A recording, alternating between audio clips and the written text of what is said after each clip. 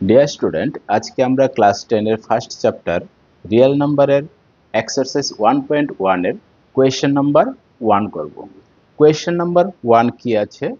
Prove that √5 is irrational number. Prove that √5 is irrational.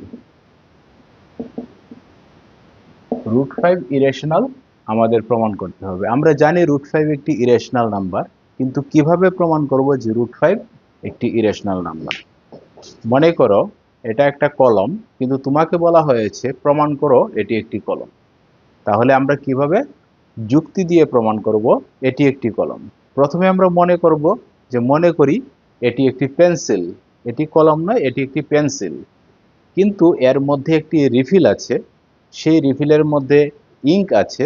সেই ink আমাদের বোর্ডে অথবা পেপারে দাগ কাটলে লেখা হয়, তাই এটি পেন্সিলের বৈশিষ্ট্য নয়, একটি কলমের বৈশিষ্ট্য।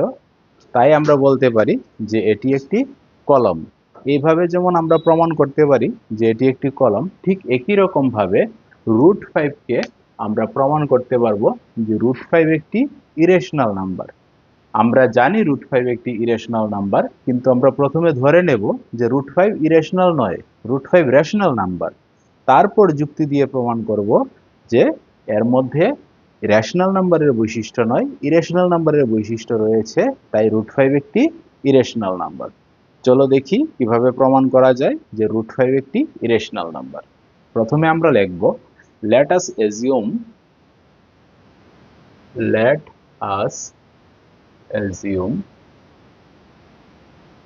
the contrary that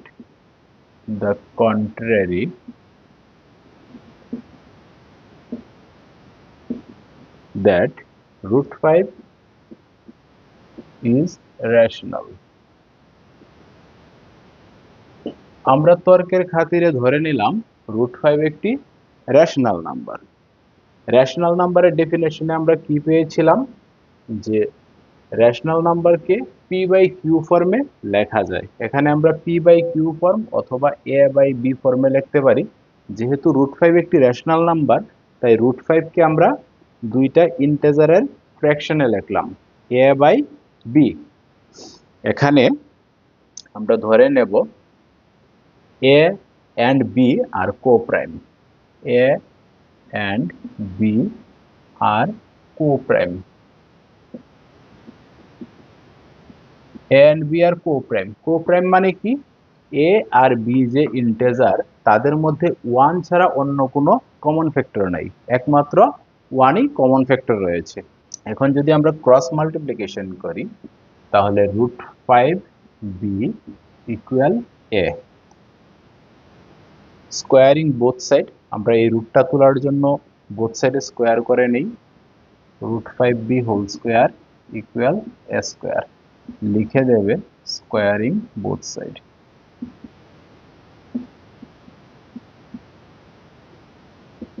squaring both sides, और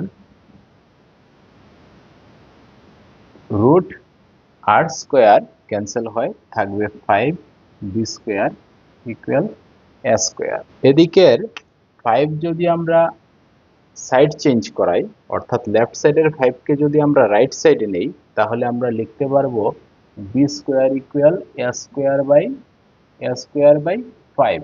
b square equal a square by 5, অর্থাৎ a square is divisible by 5। তাহলে আমরা লিখব এখানে a square is divisible by 5। a square যদি ডিভিজিবল হয় 5 দিয়ে, তাহলে a ইন্টু a ও 5 দিয়ে ডিভিজিবল, অর্থাৎ a ও 5 দিয়ে ডিভিজিবল। তাহলে আমরা লিখতে পারি যে a is also divisible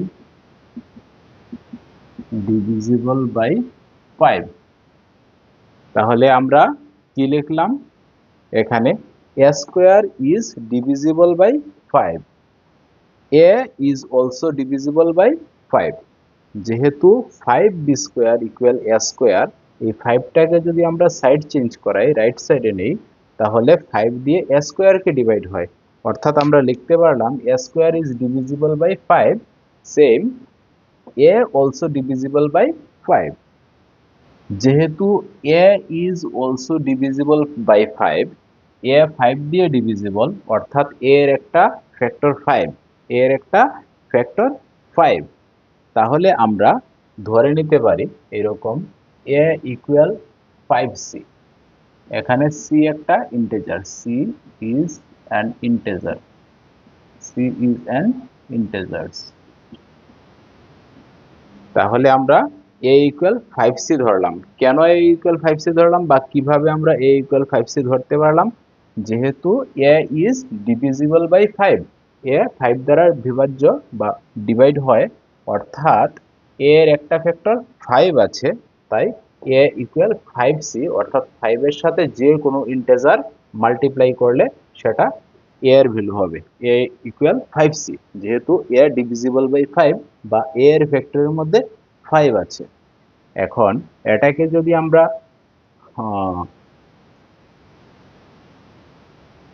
এই ইকুয়েশনে এই যে ইকুয়েশন 1 আমরা পেলাম যে 5b square equal a square এই 5b স্কয়ার ইকুয়াল a স্কয়ারের মধ্যে a এর প্লেসে যদি আমরা a এর ভ্যালু 5c বসাই অর্থাৎ এই ইকুয়েশনটাকে যদি আমরা এখানে লিখি যে 5b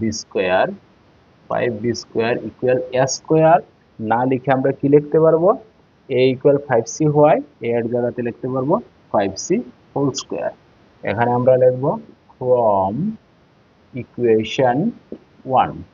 from equation 1 থেকে আমরা পাই যে ইকুয়েশন 1 কি ছিল 5b square equal a square তাই 5b square equal a square না লিখে a এর জায়গাতে আমরা 5c a এর ভ্যালু যেহেতু 5c তাই a এর জায়গাতে আমরা 5c লিখলাম তাহলে আমরা লিখতে পারি 5b square equal 25c square both সাইডকে যদি আমরা 5 দিয়ে ডিভাইড করি এদিকে 5 দিয়ে ডিভাইড করলে শুধু b স্কয়ার এদিকে 5 দিয়ে ডিভাইড করলে 5c স্কয়ার তাহলে আমরা লিখতে পারি b square equal 5c square যেহেতু b square equal 5c square ঠিক আগের মতো আমরা 5 কে যদি আমরা সাইড চেঞ্জ করাই এই সাইডে আনি তাহলে b স্কয়ারের নিচে 5 আসবে ইকুয়াল c স্কয়ার হবে অর্থাৎ আমরা লিখতে পারি যে b স্কয়ারটা 5 দিয়ে ডিভাইড হলো এই 5টা যদি আমরা b স্কয়ারের নিচে আনি অর্থাৎ সাইড চেঞ্জ করাই রাইট সাইড থেকে লেফট সাইডে আনি তাহলে b square by 5 equal c square অর্থাৎ b স্কয়ারটা 5 দিয়ে ডিভাইড হলো তাই আমরা লিখতে পারি b square is divisible by 5 b square যদি 5 দিয়ে ডিভিজিবল হয় তাহলে b ও 5 দিয়ে ডিভিজিবল হবে কারণ b স্কয়ারের জায়গাতে আমরা লিখতে পারি b ইনটু b তাই b স্কয়ার 5 দিয়ে ডিভিজিবল হলে b ও 5 দিয়ে ডিভিজিবল হবে তাই therefore b is also divisible by 5 আমরা লিখতে পারি তাহলে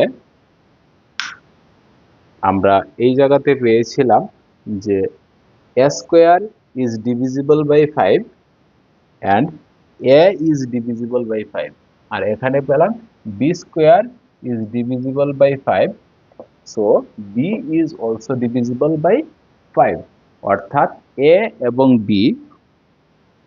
এবং b দুটো ইন্টিজারই divisible by 5 অর্থাৎ a এবং b এর একটা কমন ফ্যাক্টর 5 রয়েছে তাই আমরা লিখতে পারি it means a and b having common factor it means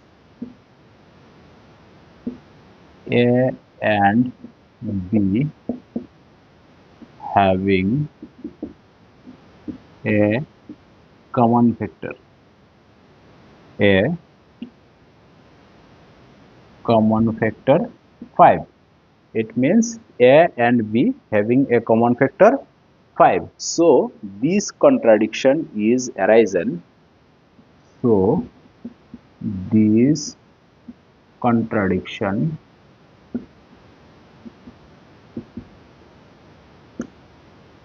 is arisen. This contradiction is arisen because of our wrong assumption. Because of our wrong assumption.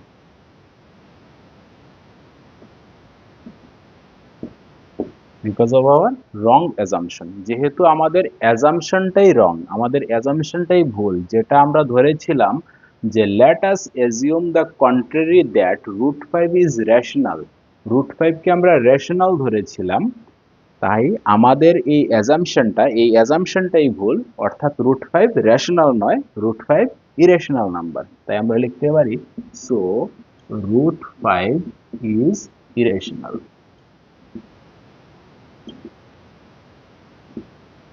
তাহলে প্রুভ করা হয়ে গেল। তাহলে আমরা একবার রিভাইজ করে দেখি যে √5 কে ইরেশনাল আমরা কিভাবে প্রমাণ করলাম। আমরা প্রথমে ধরলাম কি যে let us assume the contrary that √5 is rational number. √5 rational number হওয়ায় √5 equal a by b, কারণ আমরা রেশনাল নাম্বারের ডেফিনেশনে পেয়েছি রেশনাল নাম্বারকে a by b অথবা p by q ফর্মে লেখা যায়, যেখানে p not equal 0 অথবা ডেনোমিনেটর not equal 0। এখানে a b আর কো প্রাইম, ক্রস মাল্টিপ্লিকেশন করলাম √5 b equal a, both side squaring করলাম √5 b whole square equal a whole square, তো √5 b whole square, রুট আর স্কোয়ারে কাটলে 5, b এর স্কোয়ার b স্কোয়ার, তাই 5b স্কোয়ার, আর এখানে a স্কোয়ার। এই a square divisible by 5, a square divisible by 5 অর্থাৎ a is also divisible by 5। a যেহেতু 5 দ্বারা ডিভিজিবল অর্থাৎ a এর একটি ফ্যাক্টর 5 রয়েছে, তাই a ইকুয়াল আমরা 5c ধরলাম, যেখানে c একটি ইন্টিজার্স। ফ্রম ইকুয়েশন 1 এটা ইকুয়েশন 1 হলে এখানে 5b square equal a square, তাই 5b square equal a square না লিখে a এর যে ভ্যালু 5c আছে a এর জায়গাতে আমরা 5c হোল স্কয়ার লিখলাম। তাহলে 5b square equal 5c whole square হলো 25c স্কয়ার। বোথ সাইড আমরা 5 দিয়ে ডিভাইড করলে এখানে b স্কয়ার আর এখানে থাকবে 5c স্কয়ার, তাই লিখলাম b square equal 5c square. এখানে 5 এই সাইডে আনলে b square is divisible by 5 আমরা লিখতে পারি, b square is divisible by 5, therefore b is also divisible by 5. It means a and b having a common factor 5, কারণ এখানে b is also divisible by 5 আমরা পেয়েছি, আর এখানে পেয়েছিলাম a is also divisible by 5, so a and b having a common factor 5 আমরা লিখতে পারি। This contradiction is arisen because of our wrong assumption. আমাদের ভুল অনুমান করার জন্য এটা এরকম হয়েছে যে আমরা ধরেছিলাম কি a আর b কো প্রাইম, তাদের মধ্যে কোনো কমন ফ্যাক্টর নাই, কিন্তু দেখা গেল a and b have a common factor 5, so our assumption is wrong, so we can say √5 is irrational number and prove that. আশা করি question number 1 prove that √5 is irrational সেটা তোমরা খুব ভালো করে বুঝতে পেরেছো এবং নোট করতে পারবে। এটা কয়েকবার ভিডিও দেখলে আরো ইজি হয়ে যাবে। যদি তোমাদের সহজ লাগে এবং সহজে তোমরা বুঝতে পারো তাহলে ভিডিওকে অবশ্যই লাইক করবে, সাবস্ক্রাইব করবে এবং অন্যদের সাথে শেয়ার করবে যাতে তারাও খুব সহজে বুঝতে পারে। Thank you.